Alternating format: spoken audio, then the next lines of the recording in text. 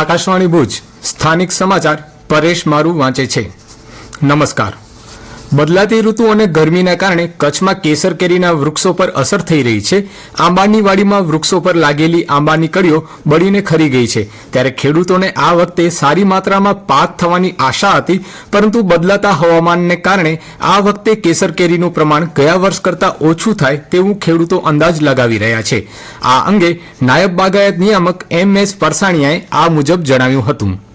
વાતાવરણની પરિસ્થિતિની અંદર થોડો બદલાવ આવતા જે ખેડૂત મિત્રો દ્વારા સારી માવજત કરવામાં આવેલ છે તેમને ઉત્પાદનની અંદર ખાસ વધારે પડતો ફેરફાર જોવા મળેલ નથી, પરંતુ જે બગીચાઓની અંદર થોડી માવજત ઓછી છે તેમાં બદલાતા વાતાવરણની અંદર થોડુંક ઉત્પાદન વધઘટ થવાની શક્યતાઓ જણાય છે। આમ જનરલી કેસર કેરીનું ઉત્પાદન કચ્છ જિલ્લામાં મે મહિનાના અંતમાં અને મહત્તમ ઉત્પાદન જૂન મહિનાથી ચાલુ થતું હોય તો ચાલુ વર્ષે પણ આ ઉત્પાદન જૂન મહિનાથી આવવાની શક્યતાઓ જણાઈ રહી છે। ગત વર્ષની સાપેક્ષમાં ચાલુ વર્ષે ઉત્પાદન થોડું ઓછું થવાની શક્યતાઓ અમુક વિસ્તારમાં જણાઈ આવે છે, કેમ કે થોડું બદલાતું વાતાવરણ અને વિષમ પરિસ્થિતિમાં કેટલીક જગ્યા પર થોડું ઉત્પાદન આવવાની શક્યતાઓ પણ આ વર્ષે નકારી શકાય તેવી નથી।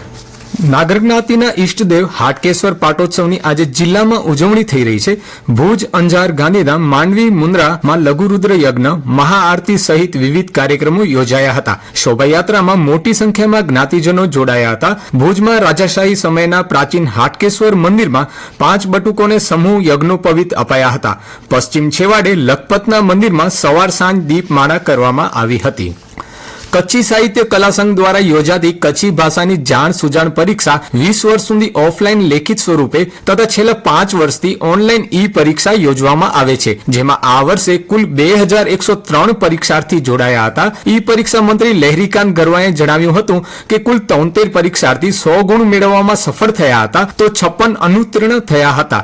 છેલ્લા 25 વર્ષથી ચાલી આવતી આ પરીક્ષા પ્રવૃત્તિ વિશે પદ્મશ્રી નારાયણ જોશી કારેલજીએ જણાવ્યું હતું કે સંસ્થાની સ્થાપનાથી લઈને 2020 સુધી VRTI માંડવીના સહયોગથી 20 પ્રયોગમાં જાણ સુજાણ બંને પરીક્ષામાં 64,330 અને છેલ્લા 5 વર્ષથી ઈ પરીક્ષામાં 9,580 એમ કુલ 73,910 પરીક્ષાર્થી જોડાયા હતા।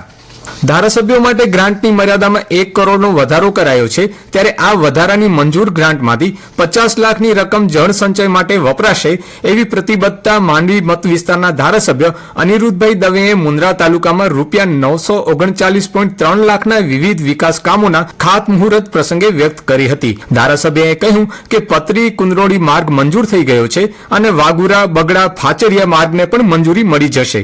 તાલુકાના રતાડિયા, સિરાચા, ભદ્રેશ્વર, લુણી, બેરાજા ટેકરી, વડાલા સહિતના વિસ્તારમાં રસ્તા, બોક્સ કલવર્ટ સહિતના વિવિધ વિકાસ કામોનું ખાતમુહૂર્ત કરાયું હતું। માર્ગ અને મકાન વિભાગ દ્વારા અબડાસાના વિધાનસભા વિસ્તારના મુખ્યમંત્રી ગ્રામ સડક યોજના વર્ષ 2024-25 હેઠળ માટીકામ, મેટલકામ, ડામરકામ, નાળાકામ તેમજ આનુષાંગિક કામગીરી કરવા માટે ₹10 કરોડની રકમ મંજૂર કરવામાં આવતા ધારાસભ્ય પ્રદ્યુમનસિંહ જાડેજાએ મુખ્યમંત્રી ભૂપેન્દ્રભાઈ પટેલનો આભાર વ્યક્ત કર્યો હતો। નખત્રાણા તાલુકાના વિવિધ રસ્તા કામ પૈકી તેજારા ગામના વાંકોલ મંદિર રોડ કામ, નિરોણા રોડથી રામદેવપીર જાગેશ્વર બીબર રોડ સહિત જુદા જુદા કામો મંજૂર કરાયા છે। એપ્રિલ માસની શરૂઆતથી જ ગરમીએ પોતાનો આકરો મિજાજ દેખાડવાનું શરૂ કરી દીધું હતું।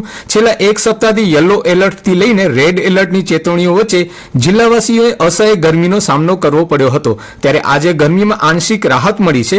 એપ્રિલ માસ દરમિયાન ગરમીનો પારો 45 ડિગ્રી સુધી પહોંચી જતા જનજીવનને અસર પહોંચી હતી। હવામાન વિભાગ દ્વારા આગામી 2 દિવસ દરમિયાન મહત્તમ તાપમાનમાં 2 થી 3 ડિગ્રી ઘટાડો થવાની સંભાવના વ્યક્ત કરાઈ છે, જ્યારે 15 એપ્રિલથી 17 એપ્રિલ દરમિયાન તાપમાનનો પારો 40 થી 44 ડિગ્રી રહેવાની સંભાવના વચ્ચે ગરમીની આગાહી કરવામાં આવી છે। મુન્દ્રા તાલુકાના લુણી નજીક લુણંગદાદાના યાત્રા અને ગણેશ દેવાના મેળા પ્રસંગે મોટી સંખ્યામાં ભાવિકો ઉમટ્યા હતા। ચૈત્ર સુદના ત્રીજના સવારથી પગપાળા યાત્રા, સાંજે મહાઆરતી યોજાઈ હતી। અને આ સાથે સ્થાનિક સમાચાર બુલેટિન પૂરું થયું। નમસ્કાર।